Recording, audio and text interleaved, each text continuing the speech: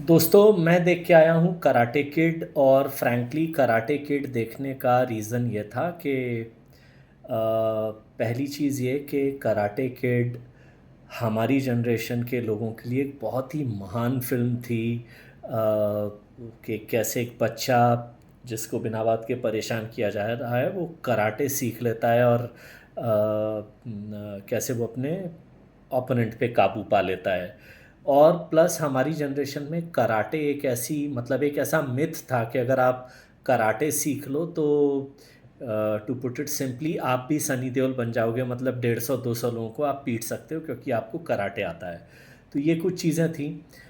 दूसरी चीज़ हमारी जनरेशन के लिए जो हॉलीवुड के जितने भी स्टार्स थे उनसे भी बड़े स्टार थे जैकी चैन। ख़ास तौर से वो जो दो दीवारों पे कोने पे ऐसे पैर मार मार के चढ़ जाते थे बिना सीढ़ी के, या उनके जो टिपिकल स्टंट फिल्में थी जैसे पुलिस स्टोरी वगैरह, उसके लिए वो हमारी जनरेशन के लिए जैकी चैन की फ़िल्म देखना बिल्कुल ज़रूरी था। तो जब मैंने द कराटे किड का ट्रेलर देखा और देखा कि उसमें जैकी चैन भी हैं और पहली वाली कराटे किड में जो 15-16 साल का लड़का बना था वही एक्टर अब हीरो है। बाय द वे, कोबरा काय नाम की नेटफ्लिक्स पे कराटे किड की कहानी को ही आगे ले जाते हुए एक बहुत ही ज़बरदस्त सीरीज़ है। आप लोग अगर उसे देखें तो आपको पसंद आएगी, या हो सकता है आप में से कुछ लोग देख भी रहे हों उसको। तो खैर मैं कराटे किड देखने गया। ठीक है कि वो नॉस्टैल्जिया के लिए मैंने देख ली, कुछ सीन अच्छे हैं, कुछ डायलॉग्स बहुत अच्छे हैं। जो एंड की फ़ाइट सीन है वो भी ठीक ठाक ही है। लेकिन प्रॉब्लम ये है कराटे किड की मेकिंग के साथ कि एक वो विल स्मिथ के बेटे जेडन स्मिथ वाली भी कराटे किड आ चुकी है जिसमें जैकी चैन टीचर प्ले करते हैं, वही शीफू। प्रॉब्लम कराटे किड फिल्मों के साथ ये है कि स्टोरी जो है ना वो एक एक अगर मैं कहूँ तो एक ही ख़ास स्टोरी है कि भाई एक कोई लड़का होगा, उसे कोई उससे ज़्यादा ताकतवर जैसे कराटे आता है उस टाइप का कोई लड़का उसको परेशान करेगा, फिर वो एंड में उसको हरा देगा, यही स्टोरी है। जिसको बदल बदल के हल्का सा पेश करते हैं। अब सोचो कि शोले बन रही हो, आप बार बार आप शोले बना रहे हो। तो पहली वाली शोले में तो वो अवधी और उस स्टाइल की लैंग्वेज में बात करता था गब्बर सिंह। अब इसमें आप कह दो कि चलो इस वाली में गब्बर सिंह पंजाबी में बात करेगा, और इस वाली में जयवीरू शर्ट पैंट नहीं पहनेंगे, धोती कुर्ता पहन लेंगे, बट बेसिक स्टोरी तो वही रहेगी।